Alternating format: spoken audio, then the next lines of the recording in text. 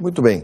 Nos últimos anos, a gestão de pessoas no Brasil ganhou bastante notoriedade nas discussões empresariais.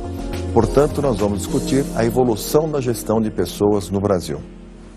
Para entender a evolução da gestão de pessoas no Brasil, é necessário remetermos a discussão ao surgimento da área de RH no Brasil. Esta é uma área que vai surgir no Brasil num regime controlador, que é o regime da ditadura Vargas.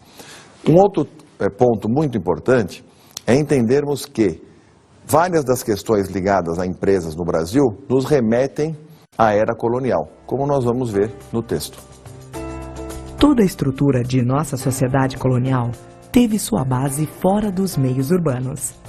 É preciso considerar esse fato para se compreender exatamente as condições que, por via direta ou indireta, nos governam até muito depois de proclamada a nossa independência política e cujos reflexos não se apagaram ainda hoje. Como vimos, muitas das questões atuais têm explicação na história, em especial no período colonial, sobretudo essa questão de controle. Ainda continuando sobre a evolução da gestão de pessoas no Brasil, um ponto marcante a ser discutido é o fim da escravidão, o fim do período escravocrata. Após quase 400 anos de trabalho escravo, o Brasil se vê diante da necessidade de remuneração de mão de obra, em especial os latifundiários da época que estavam acostumados a trabalhar com mão de obra escrava e nem sequer tinham ideia de como fariam para trabalhar com mão de obra assalariada. Ademais, aos escravos foi dada a opção de continuar trabalhando remunerado e não trabalhar. O que acontecia é que, depois de quase 400 anos de herança escravocrata, para muitos daqueles escravos, se não para todos, trabalho, independentemente de ser remunerado ou não remunerado, tinha relação com prisão, tinha relação com maus tratos. Então, a grande maioria optou por não trabalhar. A seguir, vamos ver o trecho de um filme chamado Cafundó. Nesse filme, fica claro o paradoxo entre o fim da escravidão e a resistência ao trabalho, de forma que vamos perceber que alguns ex-escravos, agora na situação de trabalhadores assalariados, ficam em dúvida se devem ou não continuar trabalhando. Vamos acompanhar esse trecho.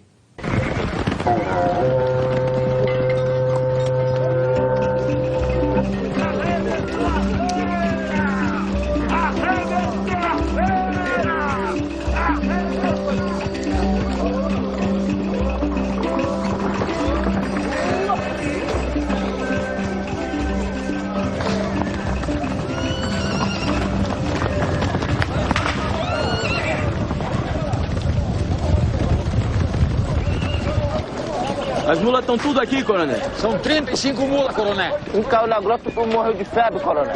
É sempre assim. Sei como é que é. Ô, patrão, nós queríamos falar com o senhor.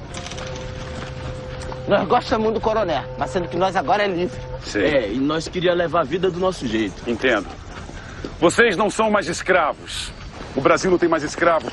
Somos uma república de homens livres. Querem ser livres? O que nós quer falar. Querem ser brasileiros? O que nós é. Pois vão ter que provar isso. Lutando pelo Brasil, defendendo a república. Não, mas eu só queria pegar a mãe na fazenda e ir embora. Vocês vão se apresentar ao regimento militar como voluntários. Vão lutar com o Marechal Floriano em Tararé, com os pica-paus contra os maragatos. Dei minha palavra que mandaria meus homens. Não decepcionem. Como retratada no filme, essa foi uma situação comum entre os negros escravos, naquele momento já ex-escravos. Por conta disso, os latifundiários ficaram em situação bastante complicada, porque ficaram praticamente 400 anos trabalhando com mão de obra escrava. Por conta disso, há necessidade então de suprir a lacuna, naquele momento deixada por aqueles negros escravos que não queriam mais trabalhar, independentemente de ser assalariados ou não. Dessa forma, vai surgir então a mão visível do Estado na figura do senador Vergueiro. O senador Vergueiro foi muito importante para a chegada de mão de obra imigrante ao Brasil, para suprir a lacuna deixada pelos escravos com os latifundiários, porque usou dinheiro público para facilitar a vinda desses europeus, em geral europeus, saindo ou fugindo de condições subhumanas de seus países. Entretanto, a situação da escravidão no Brasil não se resolveu assim facilmente, como nós vamos ver no texto a seguir. estava materialmente condenado após 1850 e politicamente sob crescente pressão a partir de 1880. Tornava-se imperioso para o empreendimento cafeeiro encontrar uma fórmula que substituísse o trabalho cativo sem que fosse necessário apoiar-se na desacreditada mão de obra nacional. Como vimos, a situação dos latifundiários era uma situação complicada. Eles tiveram, então, de aceitar essa opção do senador Vergueiro, que também era um latifundiário, de substituir a mão de obra escrava negra por mão de obra agora remunerada, branca ou imigrante. O que acontece é que muitos desses imigrantes, quando aqui chegaram, a eles foi prometido que eles trabalhariam, num primeiro momento, para pagar a viagem e, num segundo momento, para pagar a estadia. Ou seja, o que nós tivemos no Brasil? A substituição da cor da escravidão. Nós deixamos de ter uma escravidão negra para ter uma escravidão branca. Com um detalhe, esses europeus, em especial os europeus, quando aqui chegaram, tinham cultura de relações de trabalho. Um pouco mais tarde, com o início do período de industrialização, em especial no eixo Rio-São Paulo, muitos desses trabalhadores vão migrar do campo para a cidade e vão começar a trabalhar nas fábricas e exigir uma pauta de melhorias nas condições de trabalho.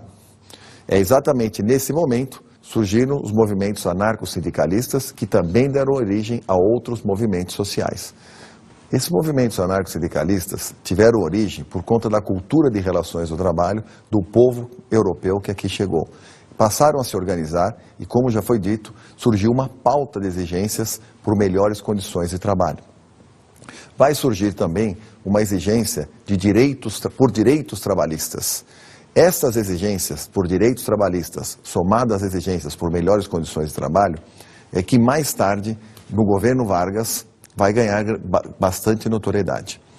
O golpe de 30 e o surgimento da legislação trabalhista é um ponto muito importante a se discutir na evolução da administração de recursos humanos no Brasil, porque exatamente nesse momento é que vai surgir a administração de recursos humanos na figura do chefe de pessoal. Em 30, instaura-se no Brasil uma ditadura que vai perdurar por 15 anos. Getúlio Vargas, de forma bastante astuta, vai perceber que a classe trabalhadora estava organizada, cria o Ministério do Trabalho, Indústria e Comércio e atende aquela pauta de exigências. Por conta disso, vai ficar conhecido como o pai do trabalhador. O que ocorre naquele período é que ele cria, atrelado ao Ministério do Trabalho e Indústria, uma estrutura de relações de trabalho, colocando o sindicato, que até então estava atuante na ilegalidade, cria o sindicato atrelado ao governo, e vai criar uma figura nas empresas para intermediar a relação entre governo, trabalhador, empresas, legislação trabalhista e sindicatos. 3 de novembro de 1930, 10 dias depois de derrubarem o presidente Washington Luiz, os militares brasileiros entregaram o poder ao líder da oposição revolucionária, o gaúcho Getúlio Vargas. O Brasil sofreu os efeitos da crise de 29. A velha república, dominada pela aristocracia do café, já não era capaz de responder aos anseios do país. Mas nas eleições de março, os currais eleitorais garantiram a vitória de Júlio Prestes, o candidato da situação. As elites dissidentes se reuniram aos antigos tenentes de 22 para derrubar o regime. Getúlio Vargas, o candidato presidencial derrotado, assumiu o comando do movimento. Ele iria ficar no poder até 1945, tornando-se o político mais importante na história do país.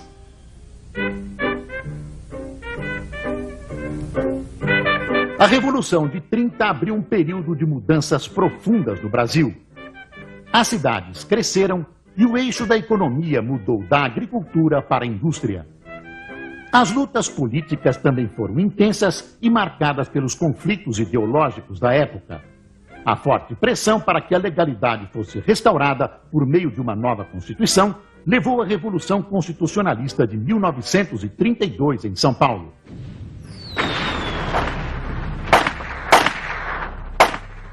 Vargas e seus aliados acusaram São Paulo de separatismo e, com sucesso, conseguiram isolar e vencer os paulistas. Embora derrotados, os paulistas conseguiram sua nova Constituição em 1934. Mas Getúlio Vargas já tinha montado uma estrutura de poder que o manteria na chefia do governo até 45. Em 1935, o novo regime derrotou a intentona comunista, uma violenta revolta esquerdista liderada por Luiz Carlos Prestes. Ele já era um dos principais líderes do Partido Comunista Brasileiro. A onda repressiva que se seguiu à intentona abriu caminho para a implantação do Estado Novo em 1937.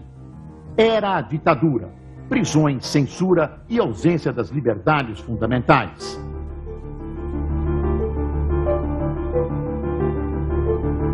Getúlio Vargas passou a flertar com o fascismo e chegou a buscar uma aproximação com a Alemanha de Hitler. Mas com a entrada do Brasil na guerra, junto com os aliados e a vitória sobre a Alemanha, Getúlio seria deposto, mas voltaria ao poder e pelo voto. Como vimos, esse é um período bastante conturbado da história do Brasil, porque é o início do período de industrialização e está no meio de uma ditadura que vai perdurar por 15 anos.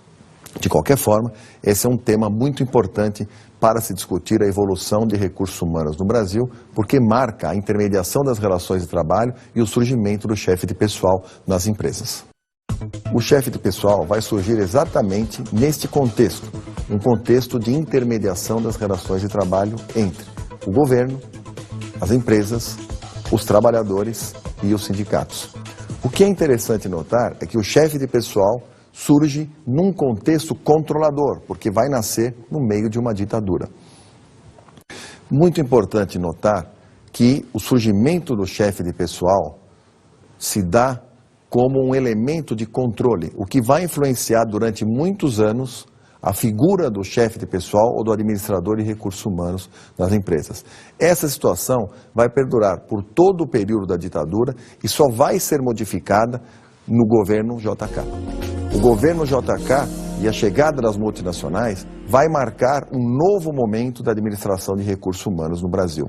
No governo JK, que abriu a possibilidade da chegada dessas multinacionais num período de internacionalização da economia, se torna muito importante a tecnologia trazida por esses países e que vai, sem dúvida nenhuma, desenvolver um novo parque industrial no Brasil. Com esse novo desenvolvimento vai surgir uma demanda por mão de obra qualificada para lidar com essa tecnologia. Ao surgir esta demanda por mão de obra para lidar com essa tecnologia, vai surgir a necessidade de gestores capacitados para lidar com essa mão de obra. É exatamente nesse momento que vão surgir as primeiras escolas de administração no Brasil. Vejamos então como se deu a modernização tecnológica e administrativa no Brasil. O que é muito importante frisar para nós, dentro da evolução da administração de recursos humanos no Brasil, é que com a introdução no país de processos produtivos mais modernos, houve a necessidade de introdução de técnicas gerenciais modernas. Essa introdução de técnicas gerenciais modernas trouxe um grande avanço na administração de recursos humanos. A administração de recursos humanos no país passou a ter de se preocupar com seleção mais rigorosa e, em geral, com a qualificação dessa mão de obra para lidar com esses processos que até então eram novos no país. O papel do administrador de recursos humanos, nesse momento, então passa a ser muito mais importante do que no período anterior. É importante frisar também que, nesse momento, há a influência do modelo de relações industriais, importado do Industrial Relations inglês. A ênfase é dada em treinamento dentro da empresa, porque havia necessidade de qualificação bastante rápida de uma mão de obra para lidar com novos processos. Então podemos dizer que esse período marca uma evolução bastante grande na evolução da administração de recursos humanos no país, porque o administrador de recursos humanos vai se configurar em algumas empresas como um gerente de RH, exercendo um papel diferente do chefe de pessoal. Além disso, marcou também no país um movimento muito importante de desenvolvimento com a chegada de grandes empresas. Por exemplo, como vamos ver, a Volkswagen foi uma das primeiras indústrias multinacionais a se instalar no Brasil. Em 1949, o Brasil foi escolhido para receber a primeira fábrica da Volkswagen fora da Alemanha. E em 23 de março de 1953, num pequeno armazém alugado no bairro do Ipiranga, em São Paulo, nascia a Volkswagen do Brasil. De lá, saíram os primeiros Fuscas, com peças importadas da Alemanha e montados por apenas 12 empregados. Mas a partir de junho de 1956, os planos da Volks ganharam um novo impulso, quando o governo brasileiro criou condições para instalar a indústria automobilística no Brasil. No mesmo ano, a Volkswagen decidiu construir sua fábrica em São Bernardo do Campo, São Paulo. Já em 2 de setembro de 1957, produzia a Kombi, o primeiro Volkswagen fabricado no Brasil, com 50% de suas peças e componentes produzidos no país. Assim como a Volkswagen, muitas outras empresas de bens de consumo duráveis se instalaram no Brasil e trouxeram muito desenvolvimento e geração de muitos empregos. O que ocorre é que todo esse ganho que se teve em termos de desenvolvimento, em especial nas técnicas de gestão e mais especificamente nas técnicas de gestão de RH, vão ser colocados por terra no golpe de 64, no novo regime de exceção que se instaura no país.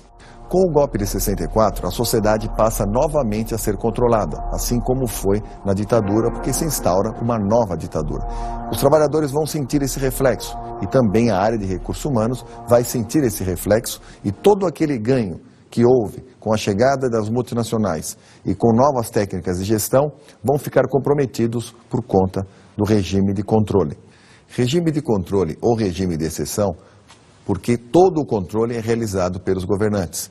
Reflexo que vai ser sentido pelos trabalhadores que só vão voltar a se organizar no final da década de 70 nos movimentos do ABC liderados por Lula. Com os movimentos do ABC vão surgir novamente uma pauta de exigências, em especial exigências por mais abertura política e por mais direitos para os trabalhadores. No dia 14 de março de 1979, véspera da posse do general Figueiredo na presidência da República, 150 mil metalúrgicos de Santo André, São Bernardo e São Caetano entraram em greve. O ABC paulista, maior centro industrial da América Latina, parou. Pela segunda vez em 2 anos, os operários metalúrgicos do ABC manifestavam o seu descontentamento. Mas agora, a greve assume uma amplitude jamais vista em pleno coração industrial do país. 1 quilo de feijão. Sabão.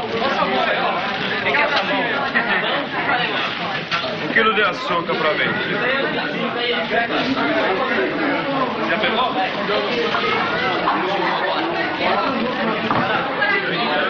Meio quilo de sal. Os empresários, representados pela Federação das Indústrias do Estado de São Paulo, ofereceram um percentual bem abaixo do aumento real do custo de vida. Mas os operários do ABC rejeitaram a proposta patronal. Propuseram um aumento de 70% e reivindicaram a legalização dos delegados sindicais nas empresas. Pode manter a greve, contanto que nós vamos sair daqui. Quem não quer trabalhar, fica em casa, não vem aqui bagunçar. Quem quer trabalhar, entra. Quem não quer trabalhar, vamos dispensar. Não pode ficar essa amontoada de gente aqui. Certo? Vamos sair todo mundo aí. Vamos embora. Para ele não ir na porta da fábrica. Vir para o sindicato se informar.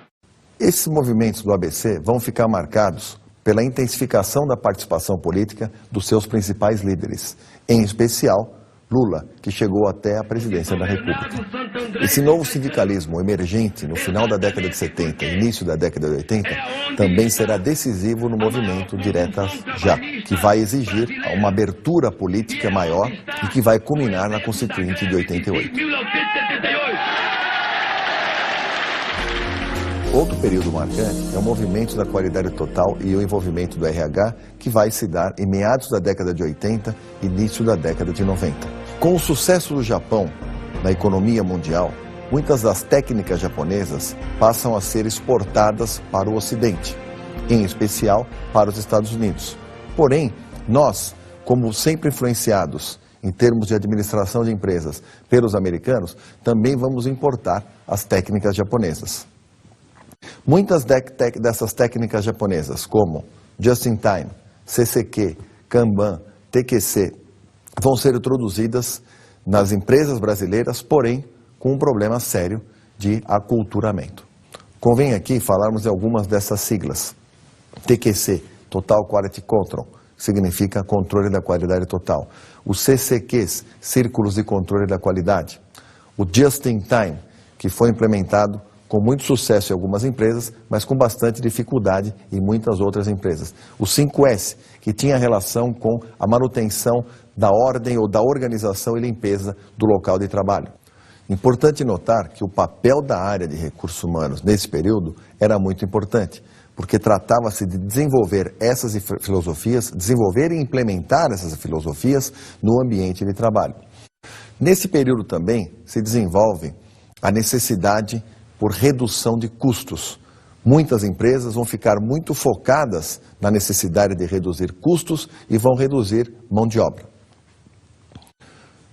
Esses processos ficaram conhecidos como reengenharia de processos, seguido de uma técnica conhecida como downsize, que muitas empresas utilizaram como justificativa de corte de pessoal, e que na realidade não é bem isso. Nós devemos entender downsize como uma técnica planejada e não como justificativa para a demissão de pessoas.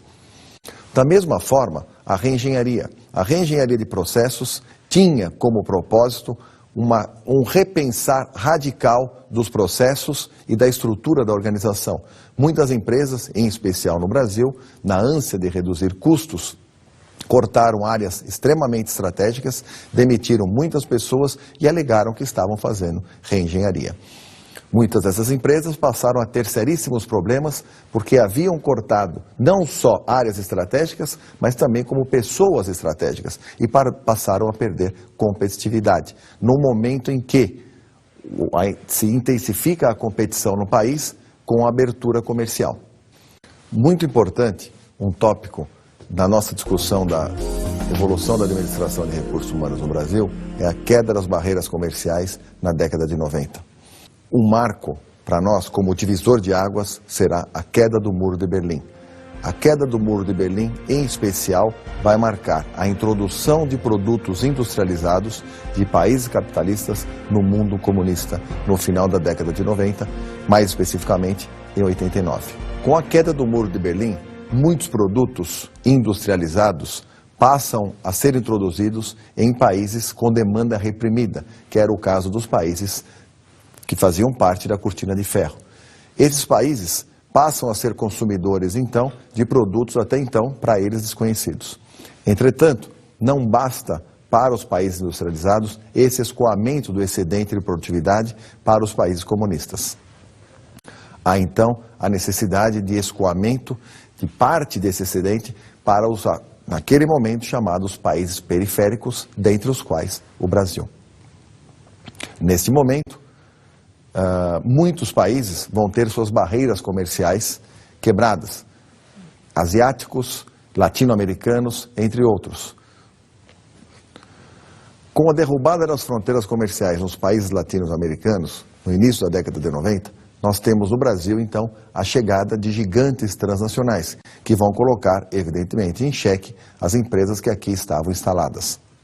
Muitas dessas empresas que aqui estavam instaladas, nacionais ou multinacionais, passam a não ter condições de competir com esses gigantes. É muito importante notar que nesse período há também, por conta dessa padronização imposta por essas empresas, um aumento das exigências dos consumidores. Para atender a estas exigências, as empresas vão ter de modernizar a sua gestão. Para modernizar a sua gestão, passam a ter de investir mais na gestão de pessoas. Este investimento em gestão de pessoas vai atrair para as empresas pessoas mais competentes para poder lidar com esse novo contexto, que é um contexto muito mais focado em competências do que o anterior.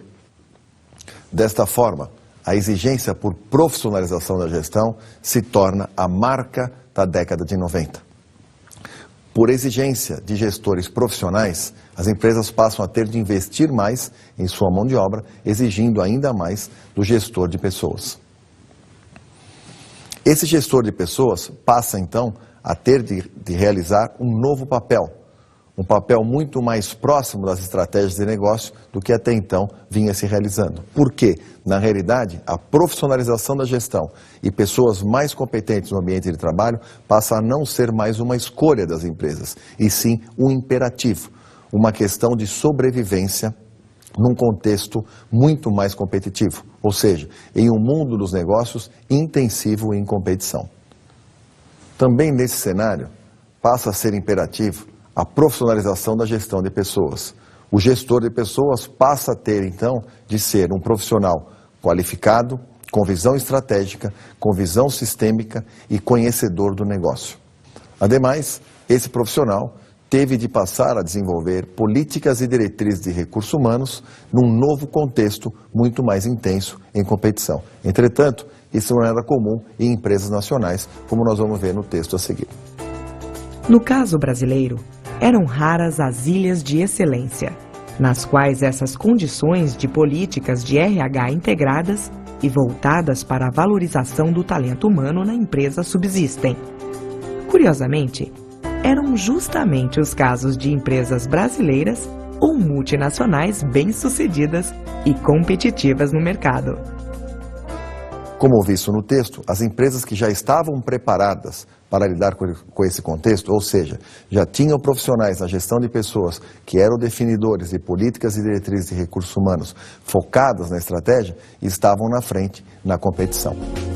Vejamos agora a gestão de pessoas como coautora das estratégias de negócio. É muito importante que nesse contexto de competição, a gestão de pessoas deixe de ser uma área de apoio, como historicamente foi, deixe de ser uma área de controle, como historicamente foi, e passe a ser uma área que participe efetivamente da definição das estratégias de negócio. Ademais, é muito importante que a área de gestão de pessoas assuma-se como uma área extremamente estratégica para atrair, captar, remunerar, desenvolver e avaliar talentos.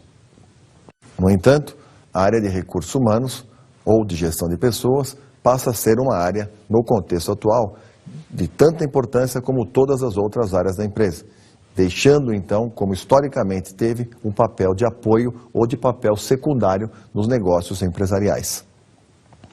É muito importante ressaltar que no atual contexto de negócio, a guerra por talento faz da área de recursos humanos uma área estratégica, porque não só assume o papel de atrair e captar talentos, mas, sobretudo, assume o papel de reter os talentos que estão na empresa. Portanto, a área de recursos humanos, em especial o gestor de recursos humanos ou gestor de pessoas, deve se desvincular do histórico papel controlador do RH e se assumir como um papel muito mais estratégico que vai exigir desse profissional que tenha visão sistêmica, que tenha conhecimento de várias áreas do negócio da empresa e que possa contribuir significativamente para o estabelecimento de vantagem competitiva sustentável. Vejamos então, um ponto muito importante nessa nossa discussão é a descentralização da função de RH. Se nós estamos colocando que é muito importante que a área de RH, o gestor de RH ou gestor de pessoas se assuma como definidor de políticas, se faz importante que todas as outras áreas da empresa assumam a função de RH. O que significa isso? Assumir a função de RH significa que todo gestor, independentemente da área de atuação, é responsável pela gestão dos seus recursos humanos. Dessa forma, é responsável por recrutar, selecionar, avaliar, remunerar, desenvolver todas as pessoas que trabalham na sua área. Ok, viria uma pergunta então, o que faremos com a área de RH?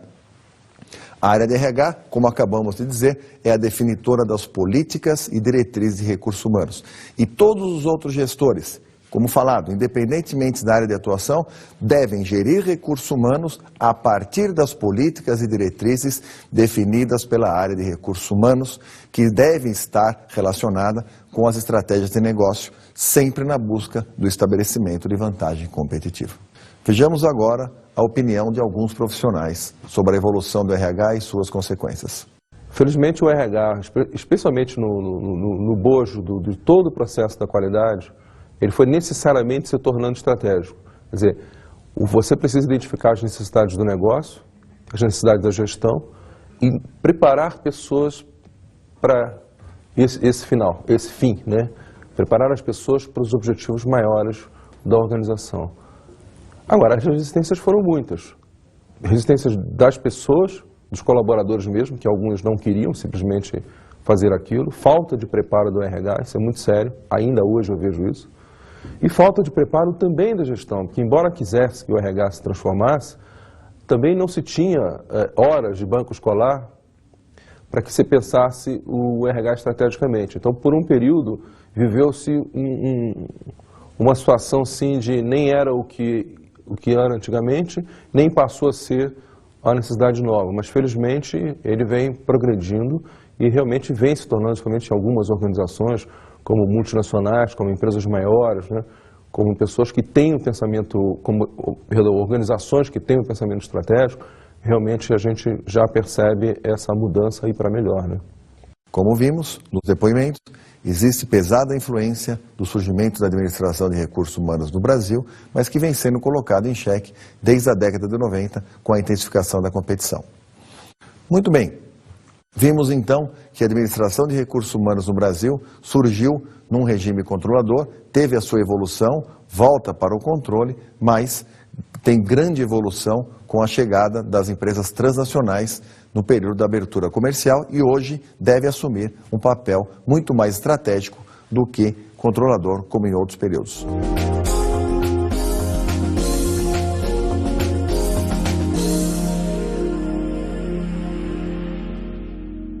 Como dica de estudos, quero deixar para vocês algumas leituras muito importantes, como, por exemplo, o livro Recursos Humanos Estratégicos, de Dave Urich, da editora Futura. Um livro que traz uma coletânea de artigos dos principais autores de estratégia e também dos principais autores de recursos humanos estratégicos ou de estratégia de recursos humanos. Um outro livro bastante interessante de produção nacional, organizado pela professora Maria Tereza Fleury, chamado As Pessoas na Organização, organizado por professores da FIA, tem no seu capítulo 2 um texto muito próximo daquilo que foi discutido nesse capítulo. Além disso, gostaria de sugerir também o filme Adeus Lenin, uma produção alemã, oriental, que marca a queda do Muro de Berlim e a introdução de produtos industrializados, como foi comentado, marcando aí o fim das fronteiras comerciais, em especial nos países comunistas. E, por último, como pano de fundo de toda a nossa discussão, que tem um contexto histórico, o livro História do Brasil, de Boris Fausto, editado pela EDUSP. Uma boa leitura a todos.